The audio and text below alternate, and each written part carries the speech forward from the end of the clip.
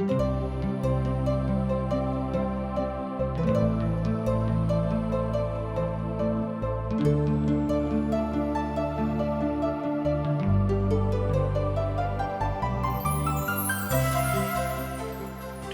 India द्वारा प्रस्तुत आशक इजोत कार्यक्रम में अहाँ के हार्दिक अभिनंदन कर रहल छी। परमेश्वर प्रत्येक मनुष्य के भीतर अपन जीवन के श्वास के द देलखिन। यह लेल संसार के सब जीव सब बेसी ज्ञानवान छथि, मुदा जीवन में मानसिक रूप से असंतुलन आ अशांति के बीच जी रहल छथिन। यह लेल अहाँ के बीच सिलसिलेवार बाइबल के अध्ययन अहाँ के सेवार्थ प्रस्तुत कर रहल छी, जाय सँ नीक जीवन जीवा के सही ढंग से अपना लियो। कृपया क देखू आ सुनू, जाय सँ परमेश्वर अहाँ के जीवन जिंदगी के इजोत बनल रहे। आशा के इजोत मैथिली कार्यक्रम में हम एक बेर और अहाँ के अभिनंदन प्रभु यीशु मसीह के मीठ आ पवित्र नाम से कर रहल छी। हमर भाई बहन, हमरा सब पुनः एक बेर परमेश्वरक वचनक लग उपस्थित छी। हमर इच्छा अछि बा हमर भाव अछि जे अहूँ सब तैयार होइब परमेश्वरक वचनक सुनबाक लेल, अध्ययन करबाक लेल। हमरा सब देखब जे साधु पौल दुखक काल में परमेश्वरक सहायता और उपस्थिति का अनुभव करैत छथिन।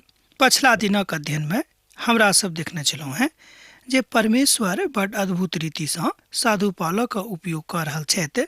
साधु पौल कुरिन्थियोक कलीसियाक बड़ महान दायित्व द रहल छथिन जे अहाँ सब अपन अपन विश्वास में मजबूत भ जाऊ और प्रभु में लागल रहू।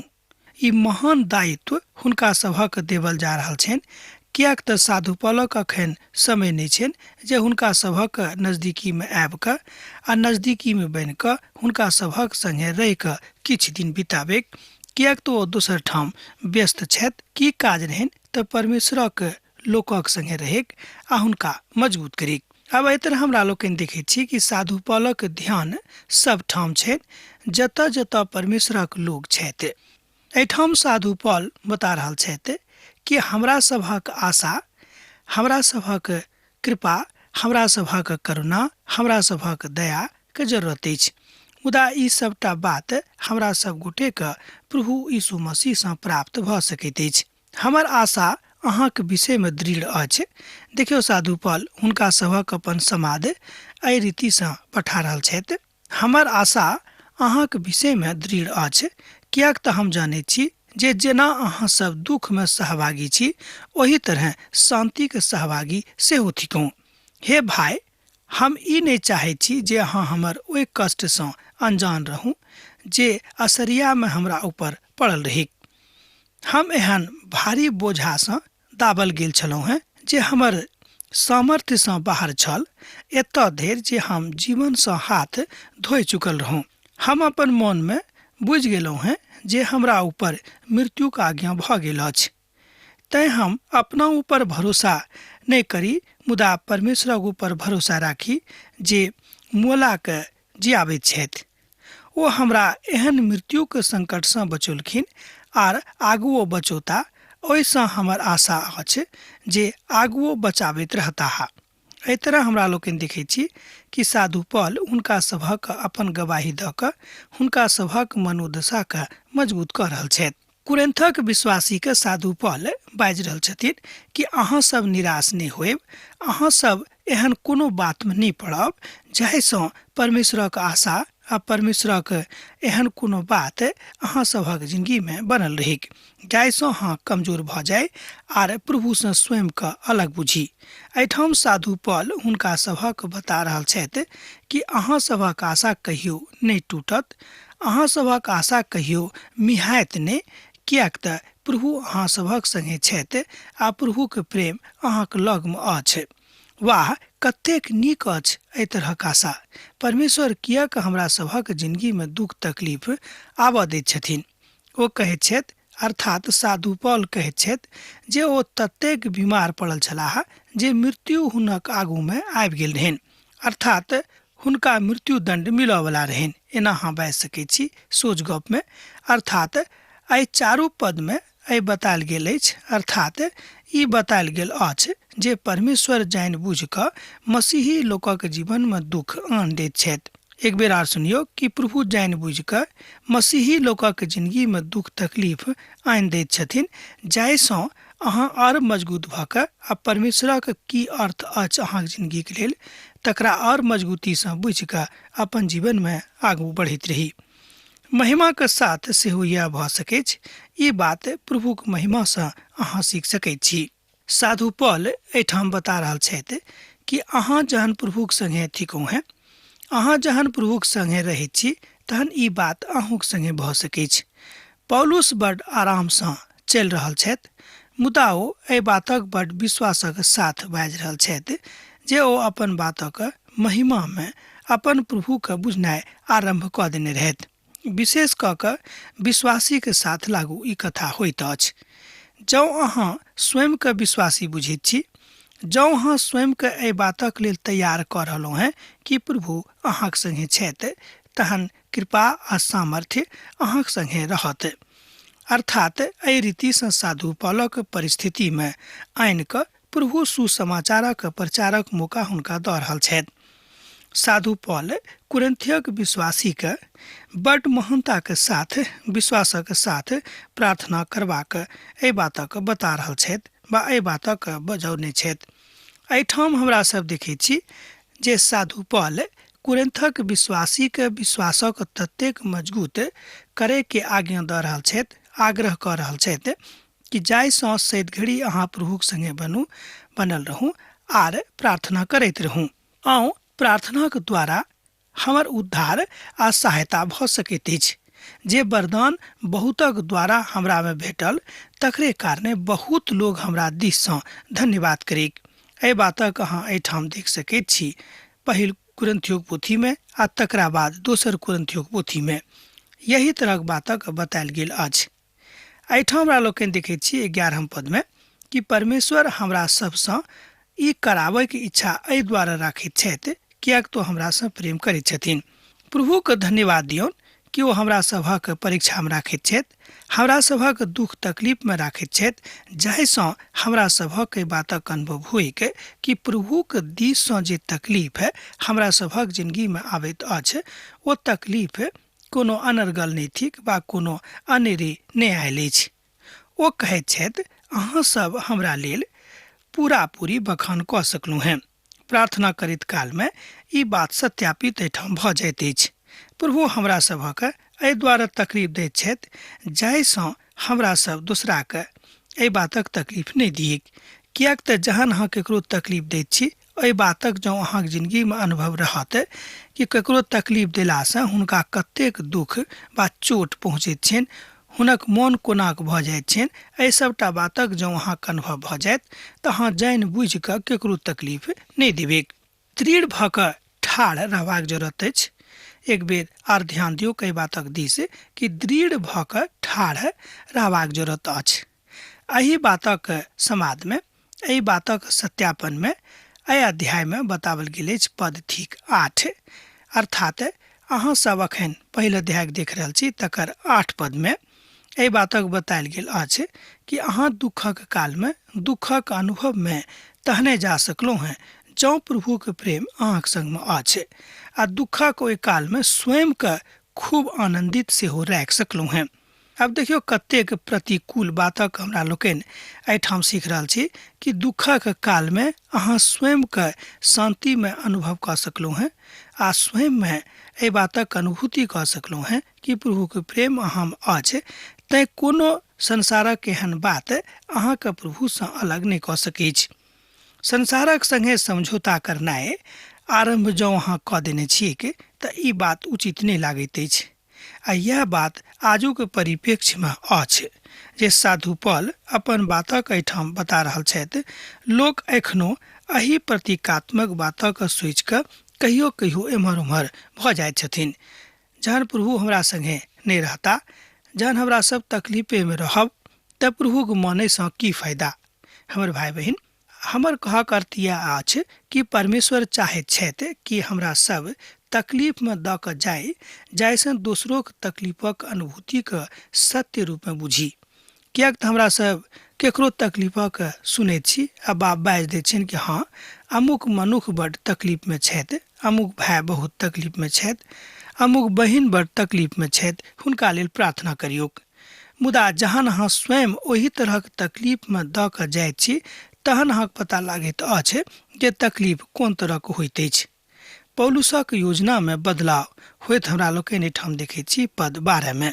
हम अपन विवेकक गवाही पर घमंड करैत छी। एहिठाम देखियौ साधु पौल कोना बाजैत छथि कि हम अपन विवेकक गवाही पर घमंड करैत छी जे संसारमे आर विशेष कऽ कऽ अहाँके बीच हमर चरित्र परमेश्वरक योग्य एहन पवित्रता आर सच्चाई सहित छल जे दैहिक ज्ञानसँ नहि मुदा परमेश्वरक अनुग्रहके साथ छल। एहिठाम हमरा लोकनि देखैत छी कि साधु पौल अपन गवाहीमे अपन योजनाके बदलि रहल छथि, किएक तऽ प्रभुक इच्छाके ओ देखैत छथि कि हमर योजनामे प्रभुक इच्छा अछि कि नहि। हमरा सभक विचार विमर्श कऽ कऽ अर्थ होइत अछि जे हमरा सभक संसारक ज्ञान आ तकरा ऊपर घमंड नहि करबाक चाही, किएक तऽ बहुत बेर संसारिक ज्ञान बेसी भेलाक कारणे हमरा सब बड्ड घमंडी भऽ जाइत छी आ तहन जे परमेश्वरक उत्तमता परमेश्वरक पवित्रता जे अछि तकरा हमरा लोकनि त्याग कऽ दैत छी। पौलुस कहैत छथि जे हम आनंद बना सकलहुँ हैं। काज इएह भेल कि हमरा सभक आनंद परमेश्वरक आनंद भऽ गेल अछि। हमर श्रोता भाई बहिन, हमर मित्रवर, यह बात हमरो सभक सिखबाक अछि। पौलुस कहैत छथि जे परमेश्वरक दयाक कारणे दुख हमरा जिंदगीमे आयल, ई प्रभुक बड्ड कृपा छनि। कारण हमरा सब हुनक ने कह सकलहुँ हैं कि हाँ हमरा जिंदगीमे किएक दुख आनि देलिए। एहिठाम पौलुस कहैत छथि कि हम एहि बातसँ बड्ड आनन्दित छी कि प्रभुक दिससँ हमरा जिंदगीमे दुख आयल अछि। दुखक बखान कऽ कऽ दोसरो लोकक जिंदगीमे आनन्द भरि सकलहुँ हैं आ प्रभु दुखक कालमे हमर सहायता करैत छथि। इहो बातक अनुभव हमरा सभक भऽ जायत जँ हमरा सब दुखक बाट दऽ कऽ जायब।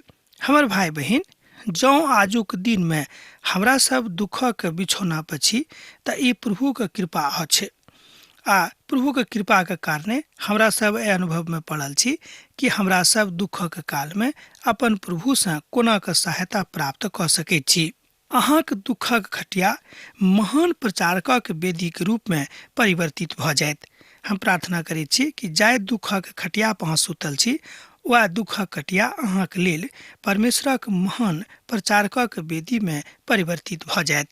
ई बात संभव भऽ सकैछ जँ अहाँ परमेश्वरक संगतिमे बड्ड मजबूतीके साथ लागल रहब। हम अहाँके आओर किछु नहि लिखैत छी, मुदा वएह जे अहाँ पढ़ैत छी, वएह बात जे अहाँ मानैत छी। हम अहाँके यह बता रहलहुँ हैं जे अहाँ आनन्दित रहू आ बा अंत धरि प्रभुमे अहाँ बनल रहू। जेना अहाँमे सँ किछु लोक मानलखिन जे हम अहाँके घमण्डक कारण अछि, ओहि तरह अहूँ प्रभु यीशु मसीहके दिन हमरा लेल घमण्डक कारण ठहरब। एही भरोसासँ हम चाहैत छी जे प्रथम अहींके लग आऊँ जे अहाँके और एक दान मिलेक। एहि बातक एहिठाम हमरा सब दोसर कुरिन्थियों पोथी तकर 1 अध्याय आ तकर 13 पदसँ लऽ कऽ 15 पदमे देख सकैत छी। एहिठाम साधु पौल एहि बातक बता रहल छथि कि हमरा एहि बातक ऊपर बड्ड घमण्ड अछि जे अहाँ सब प्रभुमे बनल छी आ प्रभुमे एहि द्वारा बनल छी कि अहाँके ज्ञान भऽ गेल अछि कि प्रभुक संगे रहलासँ अहाँके कतेक आत्मिक लाभ भऽ रहल अछि। आ जे पौलुस एहिठाम बाजि रहल छथि ओ कोनो एहि बातक पहिल बेर नहि बाजि रहल छथिन। हम अहाँके लोग ओतौ दोसर बेर एहि बातक इच्छाके अभिव्यक्ति कयने रहथि, अर्थात साधु पौल अपन पत्रीमे एहि बातक अभिव्यक्ति बहुत पहिनहियो कऽ चुकल छथि जे हमरा सब गोटेके सावधानीक पूर्वक रहबाक अछि आ सावधानीके साथ अपन पवित्रताके जिंदगीके बितेबाक अछि, जाहिसँ प्रभु यीशु मसीहके नेह हमरा सभक जिंदगीमे मिलेक आर हमरा सब कोनो परिस्थितिमे कमजोर नहि पड़िएक। आ पुनः अहाँके लग होइत मकुदुमियाके जाऊँ आर पुनः मकिदुमियासँ अहाँके लग आऊँ आर हाँ हमरा यहूदा प्रदेशक दिस किछु दूर धरि पहुँचाउ। जहन हम ओहि इच्छाके कारणे छलहुँ हैं आर योजना बनैने छलहुँ हैं जे तक कि हम जल्दीमे ई सोचने रहौं जे की करक अछि। यह इच्छा राखै छी, केओ दिएक अनुसार आरंभ करैत छी, जे हम बाद में अहाँके सेहो यह बातक इच्छा कैलहुँ हैं। दोसर कुरिन्थियों पोथी तकर 2 अध्याय तकर 16 आ 17 पद एहि बातक अभिव्यक्ति करैत अछि। एहिठाम हमरा लोकनि देखैत छी पॉल आशा राखैत छथि जे ओ कुरिन्थक आबि सकैत छथि, अर्थात साधु पॉलोक एखनो आशा छनि कि ओ कुरिन्थ जेताह, किएक तऽ ओतौ परमेश्वरक विश्वासी सब रहैत छथि, तेँ हुनक मन ओतौ लागल छनि। मुदा ओ अखन एहिठाम एनाक फंसल छथि जे ओतयसँ ओ छोड़ि कऽ नहि जा सकैत छथि। हुनक किछु दुश्मन सब कुरिन्थमे छलाह, ओ सब कहैत छथि जे ओ कहैत छथि ओहि बातक ओ कहैत अछि जे बात एहि संसारमे उचित नहि लागैत अछि, किएक तऽ हुनका सभक ज्ञान बड्ड कम भऽ गेल रहनि, बा एना कहियो हुनका सभक लग परमेश्वरक ज्ञान कहियो रहबे नहि करनि, तेँ ओ सब नहि बुझैत छलाह कि साधु पॉल की बाजि रहल छथि आ हुनक बजैमे हुनक मनसा की छनि। केकरो बर्बाद करऽके लेल नहि, मुदा सबके आबाद करऽके लेल बाजि रहल छथि। साधु पॉलक यह मनोदशाके आ यह इच्छाके ओ सब बड्ड नीक रीतिसँ नहि बुझैत छलखिन। आजुक परिप्रेक्ष्यमे एही तरहक विश्वासीके हमरा सभक मानि कऽ चलबाक अछि, मुदा आजुक दिनमे हमरा सभक एही तरहक बातक ऊपर घमण्ड करबाक अछि। जेना साधु पॉल बाजि रहल छथि कि हमरा सभक परमेश्वरक संगे रहनाइ कतेक जरूरी भऽ जाइत अछि, और नहि से क्यों करूँ। एहिठाम पहिल कुरिन्थियों पोथी तकर 1 अध्याय आ तकर 18 पदमे एहि बातक अभिव्यक्ति होइत अछि, और नहि सेहो करूँ, किएक तऽ बहुत बातमे हमरा सब गोटेके नहि सेहो करबाक अछि जे ई काज हमरासँ नहि होइत, ई काज हम नहि करब। पौलुस ई तऽ कहियो नहि बजलाह जे हम आयब, मुदा अहाँक लग जरूरे आयब, मुदा हुनका सबके ओ आशा दऽ रहल छथि कि हम अहाँ सभक लग जरूर आयब। प्रभुमे सर्वकालिक दर्शनक बातक अहाँ एहिठाम देख सकैत छी। जे अहाँ प्रभुमे बनल रहैत छी, तहन सर्वव्यापी सत्यक आधार पर आधारित यह कथा ओ थिक, आर प्रभुमे महिमाके विषयमे अहाँ एहि रीतिसँ एहि बातक बाजि रहलहुँ हैं। हमर भाई बहिन, यह बात प्रभुके महिमामे अहाँक जिन्दगीमे होइत अछि। परमेश्वरक पुत्र यीशु मसीह हमरा द्वारा अर्थात हमर सिलवानुस और तीमुथियुस आ द्वारा अहाँके बीचमे प्रचार भेल, ओहिमे अहाँ नहि दोनों नहि रहेक, मुदा ओहिमे सर्वदा हाँ भेल अछि। एहि तरह हमरा लोकनि देखैत छी कि दोसर कुरिन्थियों पोथी तकर 1 अध्याय आ तकर 19 पद एहि बातक अभिव्यक्ति करैत अछि। तहन आउ एहि पदक हमरा लोकनि एक बेर देखब। परमेश्वरक पुत्र यीशु मसीह हमरा द्वारा अर्थात हमर सिलवानुस और तीमुथिक द्वारा अहाँके बीचमे प्रचार भेल, ओहिमे अहाँ हाँ और नहि दुनू नहि रहेक, मुदा ओहिमे सर्वदा हाँ भेल अछि। एहिठाम ओ एहि बातक स्पष्ट कऽ रहल छथि कि जहन हमर लोक सब प्रभुक वचनक प्रचार अहाँ सभक मध्यमे कऽ रहल छलाह, तऽ ओहिमे केओ हाँ आ केओ नहि कहैत रहथि, मुदा सब दिससँ हाँ होइत रहैक।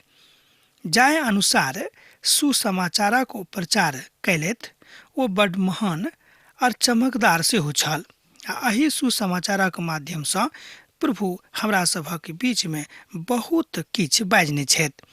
किएक तऽ परमेश्वर जतेक प्रतिज्ञा अछि ओ सबटा ओहिमेसँ ओहिके साथ अछि, तैँ हुनका द्वारा आमीन सेहो भेल जे हमरा द्वारा परमेश्वर महिमा हुएक। एहिठाम साधु पौल बता रहल छथि अपन लोकके कि अहाँके द्वारा परमेश्वरक महिमा मिलेक, अहाँके द्वारा हुनक महिमा बढ़ेक, अहाँ हुनका महिमा दियौन, किएक तो महिमाक जोग छथि, ओ आदरक जोग परमेश्वर छथि, हुनका आदर दियौक। जँ हमरे सब प्रभुके आदर नहि देबेक, जँ हमरे सब हुनका किछु नहि बुझबेक, तऽ के परमेश्वरक महिमाके बुझि सकैत छथि आ कोना कऽ हमरा सब परमेश्वरक महिमाके बता सकैत छी। एहिठाम देखियौ कि प्रभु यीशु मसीहमे सब किछु प्रतिज्ञामे अछि, आर हम सब किछु प्रभु यीशु मसीहमे महानताक साथ सेहो देखैत छी। अर्थात सबटा बातक एहिठाम हमरा लोकनि सकारात्मक नजरिसँ देखैत छी आ सकारात्मक नजरिसँ स्वीकार सेहो कऽ रहल छी, जे हमरा अहाँक संगे मसीहमे दृढ़ करैत अछि और जे हमरा अभिषेक कयने छथि वह परमेश्वर थिकाहा। दोसर कुरिन्थियों पोथी तकर 1 अध्याय तकर 21 पद में एहि बातक अभिव्यक्ति गेल अछि। ओ हमरा ऊपर छाप सेहो कऽ देने छथि और बैना में आत्मा के हमरा हृदय में सेहो देने छथि। ध्यान दियौ 22 पदक ओ हमरा ऊपर छाप सेहो कऽ देने छथि और बैना में आत्मा के हमरा हृदय में सेहो दऽ देने छथि।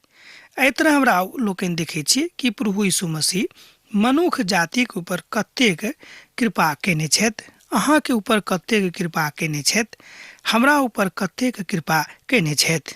अब तऽ एहिठाम स्पष्ट भऽ जाइत अछि जे अहाँके परमेश्वर खाली विश्वास योग्य नहि मुदा सत्यक परमेश्वर सेहो थिकाह। अहाँ पवित्र आत्माके ज्ञानसँ पवित्र आत्माके साथ प्रभुमे विलय भऽ सकलहुँ हैं। एहिमे कोनो विवाद नहि होइत आ मुदा आजुओके दिन धरि एहिमे कोनो विवाद नहि थिक आ नहि काल्हि कोनो तरहक विवाद एहिमे भऽ सकैत छै। जँ अहाँ पवित्रताके साथ जिंदगी बिता रहल छी तऽ परमेश्वरक महिमामे एहि तरह अहाँ आगाँ जा सकैत छी। ओ हमरा सभक व्यवस्थित कऽ रहल छथि और हमरा सभक जिंदगीके स्थापित करयमे लागल छथि, किएक तऽ हमरा सब हुनक धियापुता छिकौं। तैँ ओ जानैत छथि कि जे केओ हमर धियापुता थिकाह हुनका लेल हम किएक नहि किछु करब। जहन हमरा सब हुनक धियापुता थिकौं हैं तऽ की प्रभु हमरा सब गोटेके बिसरा देथिन। यह बातक अहाँके बुझबाक अछि और मनक सेहो अहाँके लगेबाक अछि कि प्रभु अहाँसँ प्रेम राखैत छथि। पवित्र आत्माके काज अहाँके जिंदगीमे होइत, विश्वासक अनुसार होइत आ प्रभुके बड़ाइमे होइत आ जँ अहाँके जानकारी एहि बातक भऽ गेल अछि तऽ ई बात अहाँके जिंदगीमे सेहो संभव थिक। अर्थात हमरा सब देखैत छी कि जाय गाछीमे प्रभु छथि ओहि गाछीमे तरह तरहके फल होइत अछि। तरह तरहके नीक फल ओतऽ छैक, तरह तरहके नीक फूल ओतऽ खिलैत अछि, तकरा केओ रोकि नहि सकैत अछि। किएक तऽ जहन प्रभु ओहि गाछीमे छथि तऽ तकरा मुरझाबैवला केओ एहि संसारमे नहि थिकाह, किएक तऽ संपूर्ण सृष्टिके ऊपर हुनके नियंत्रण छनि, अर्थात हुनक नियंत्रणक केओ एम्हर उम्हर नहि लऽ जा सकैत अछि। एहि तरह हमरा लोकनि देखैत छी कि आजुक दिस जतेक लोक ताकैत छथि ओ कोनो ने कोनो आशाके साथ ताकैत छथिन जे उचित गप नहि लागैत अछि। हमर श्रोता मित्र, हमर भाई बहिन, यह बात आजुक दिन हमरा सभक पवित्र वचनसँ सिखबाक अछि। हम परमेश्वरक गवाह बनि कऽ कहैत छी जे हम आजुक दिन धरि कुरिन्थमे एहि दुआरे नहि अयलहुँ हैं जे हमरा अहाँके ऊपर तरस आबैत छल। पहिल कुरिन्थियों पोथीमे सेहो एहि तरहक बातक हमरा लोकनि देखैत छी। आ एहिठाम दोसर कुरिन्थियों पोथी तकर 1 अध्याय आ तकर 23 पद एहि बातक बड्ड स्पष्ट कऽ दैत छी। अर्थात जँ अहाँके लग पवित्र पोथी अछि तऽ हमरा संगे अहूँ देखियौ। हम परमेश्वरक गवाह बनि कऽ कहैत छी जे हम आजुक दिन धरि कुरिन्थमे एहि दुआरे नहि अयलहुँ हैं जे हमरा अहाँके ऊपर तरस आबैत छल। पौलुस एहिठाम बड्ड साफ साफ बाजि दैत छथि जे हम एहि दुआरे अहाँके लग नहि आबैत रहौं, कारण छल हमर हृदयक अस्वस्थ अवस्था, अर्थात हमर हृदयक अवस्था बहुत विशेष रीतिसँ ओतऽ अयबाक लेल तैयार नहि छल। एहि तरह हमरा लोकनि देखैत छी कि एहि पोथीके माध्यमसँ साधु पौल कुरिन्थक विश्वासीके मजबूत कऽ रहल छथि आ हुनका मजबूत होयबाक लेल भाव दऽ रहल छथि। 24 पदमे जँ अहाँ पढ़बै तऽ अहाँ बातक देख सकैत छी। तहन एहि पदक साथ हम आजुक अध्ययन समाप्त एहिठाम कऽ रहलहुँ हैं। दोसर दिन अहाँक संगे पुनः भेंट होइत, पाती लिखैत रहब, बिसरायब नहि। यीशुक नेह अहाँक जिंदगीमे सैद घड़ी बनल रहेक। आमीन। हमर विश्वास अछि कि ई कार्यक्रम अहाँके लेल लाभदायक सिद्ध अछि। हम चाहैत छी कि अहाँ अपन आशीषके हमरा संग साझा करू। जँ अहाँके नजीक बाइबलसँ आ जीवनसँ सम्बन्धित कोनो प्रकारके प्रश्न भऽ सकैत अछि तऽ अपन समस्याके लेल प्रार्थना करबाके लेल जँ चाहैत छी तऽ हमरा फोन नंबर पर जरूर संपर्क कऽ सकैत छी। परमेश्वर अहाँ सबके लेल एकटा सुंदर, सुखद, आनंदित दिन प्रदान करैक।